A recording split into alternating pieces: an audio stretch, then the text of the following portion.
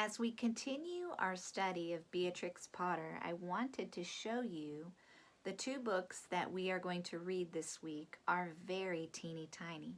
If you look at Mrs. Gillum's hand, you will see that the books are actually slightly smaller than my hand. And it has been said that Beatrix Potter made her books to be teeny tiny like this so that they would fit perfectly in the palm of a child's hand. Because oftentimes the books that we read are quite large in comparison. And so I wanted to show you that when you see Beatrix Potter books, a lot of times they will be teeny tiny like this. And it is supposed to be because it will fit better in the hand of a child. So our first book that we are going to read this week is called The Tale of Squirrel, Nutkin. And the illustrations and the words are all by Beatrix Potter. The Tale of Squirrel, Nutkin. This is a tale about a tale. A tale that belonged to a little red squirrel, and his name was Nutkin.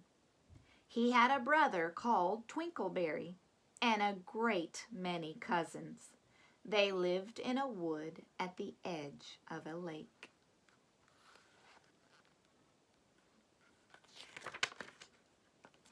In the middle of the lake, there is an island covered with trees and nut bushes. And amongst those trees stands a hollow oak tree, which is the house of an owl who is called Old Brown.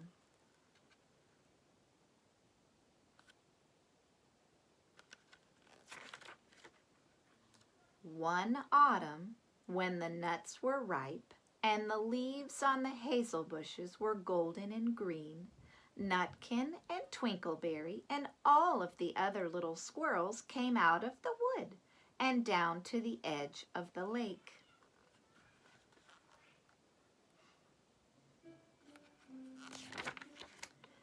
They made little rafts out of twigs, and they paddled away over the water to Owl Island to gather nuts. Each squirrel had a little sack and a large oar, and spread out his tail for a sail.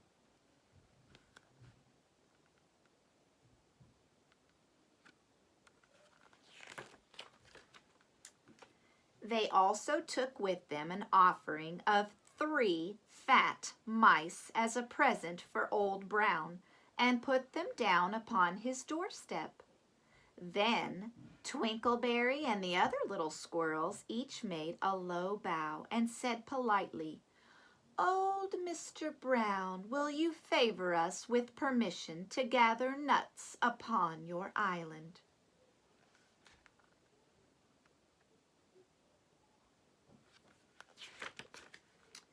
But Nutkin was excessively impertinent in his manners. He bobbed up and down like a little red cherry, singing, riddle me, rot-tot-tote, a little wee man in a red, red coat, a staff in his hand and a stone in his throat. If you'll tell me this riddle, I'll give you a groat. Now this riddle is as old as the hills. Mr. Brown paid no attention whatsoever to Nutkin. He shut his eyes obstinately and he went to sleep.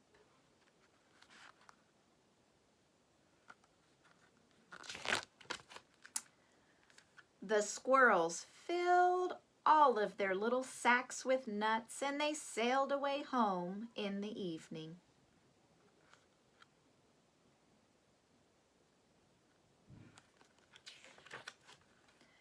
But next morning, they all came back again to Owl Island.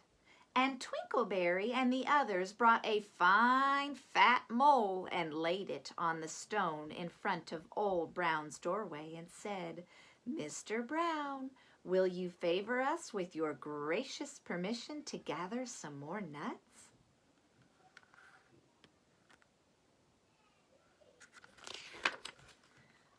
But Nutkin, who had no respect, began to dance up and down and tickling old Mr. Brown with a nettle and singing, "Old Mr. B, riddle me ree, hitty-pitty within the wall, hitty-pitty without the wall. If you touch hitty-pitty, hitty-pitty will bite you." Well, Mr. Brown woke up suddenly and carried the mole into his house.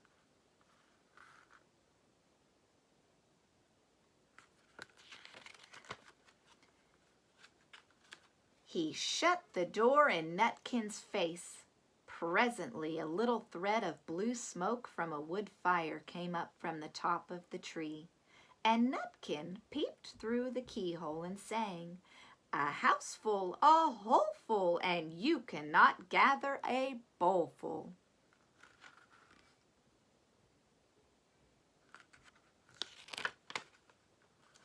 Well, the squirrels searched for nuts all over the island and filled their little sacks.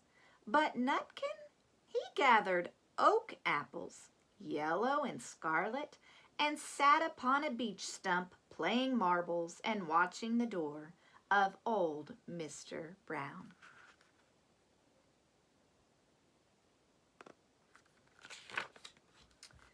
On the third day, the squirrels got up very early and decided to go fishing.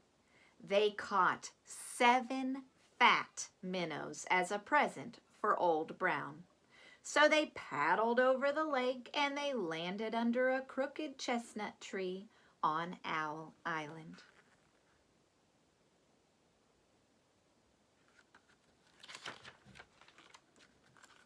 Twinkleberry and 6 other little squirrels each carried a fat minnow, but Nutkin, who had no nice manners, brought no present at all. He ran in front singing, "The man in the wilderness said to me, 'How many strawberries grow in the sea?' I answered him as I thought good, 'As many red herrings as grow in the wood.'" But old Mr. Brown took no interest in riddles, not even when the answer was provided for him.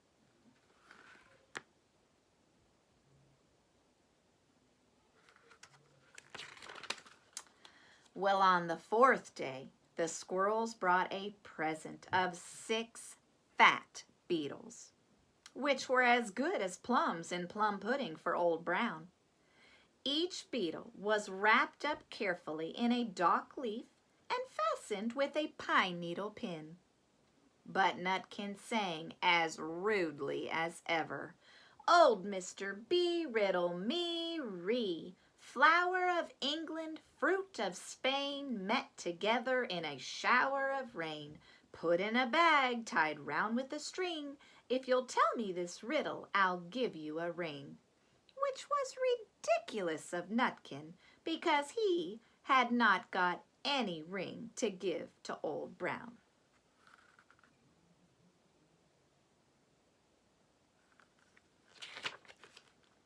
Well, the other squirrels hunted up and down all of the nut bushes, but Nutkin, he gathered robin's pincushions off a briar bush and stuck them full of pine needle pins.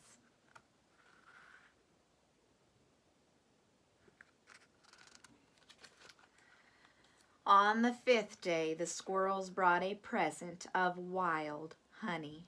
It was so sweet and sticky that they licked their fingers as they put it down upon the stone. They had stolen it out of a bumblebee's nest on the tippity-tippity top of the hill. But Nutkin, he skipped up and down singing, "Hum-a-bum, buzz, buzz, hum-a-bum, buzz. As I went over Tippletine, I met a flock of bonny swine. Some yellow-nacked, some yellow-backed. They were the very bonniest swine that e'er went over Tippletine."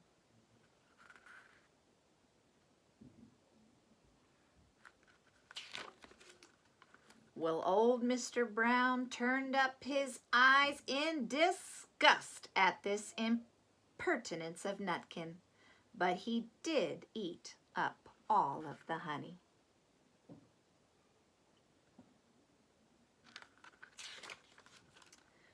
Well, the squirrels filled their little sacks with nuts, but Nutkin sat upon a big flat rock and played ninepins with a crab apple and green fir cones.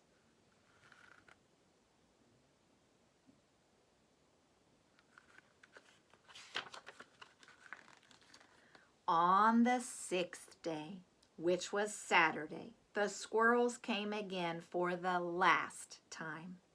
They brought a newly laid egg in a little rush basket as a last parting present for Old Brown. But Nutkin ran in front, laughing and shouting, "Humpty Dumpty lies in the beck with a white counterpane round his neck. 40 doctors and 40 wrights cannot put Humpty Dumpty to rights."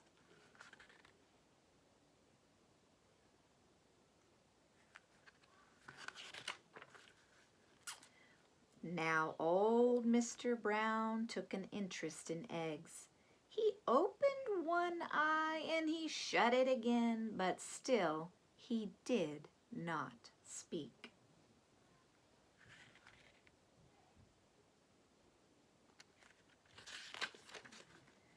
Nutkin became more and more impertinent. "Old Mr. B, old Mr. B, hickamore, hackamore on the king's kitchen door. All the king's horses and all the king's men couldn't drive hickamore, hackamore off the king's kitchen door." Nutkin danced up and down like a sunbeam, but still Old Brown said nothing at all.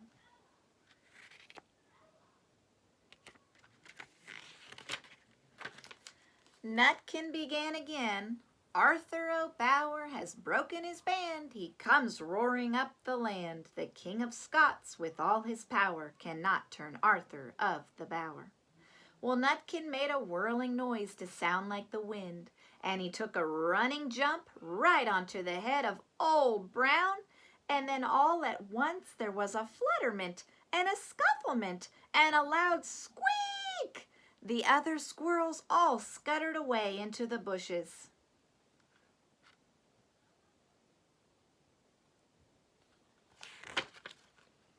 When they came back very cautiously, peeping around the tree, there was Old Brown sitting on his doorstep, quite still with his eyes closed as if nothing had happened. But Nutkin was in his waistcoat pocket.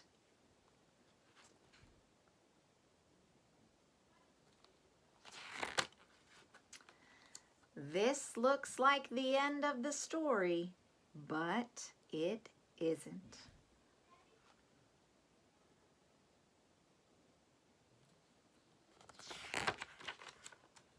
Old Brown carried Nutkin into his house and held him up by the tail, intending to skin him. But Nutkin pulled so very hard that his tail broke in two, and he dashed up the staircase and escaped out of the attic window.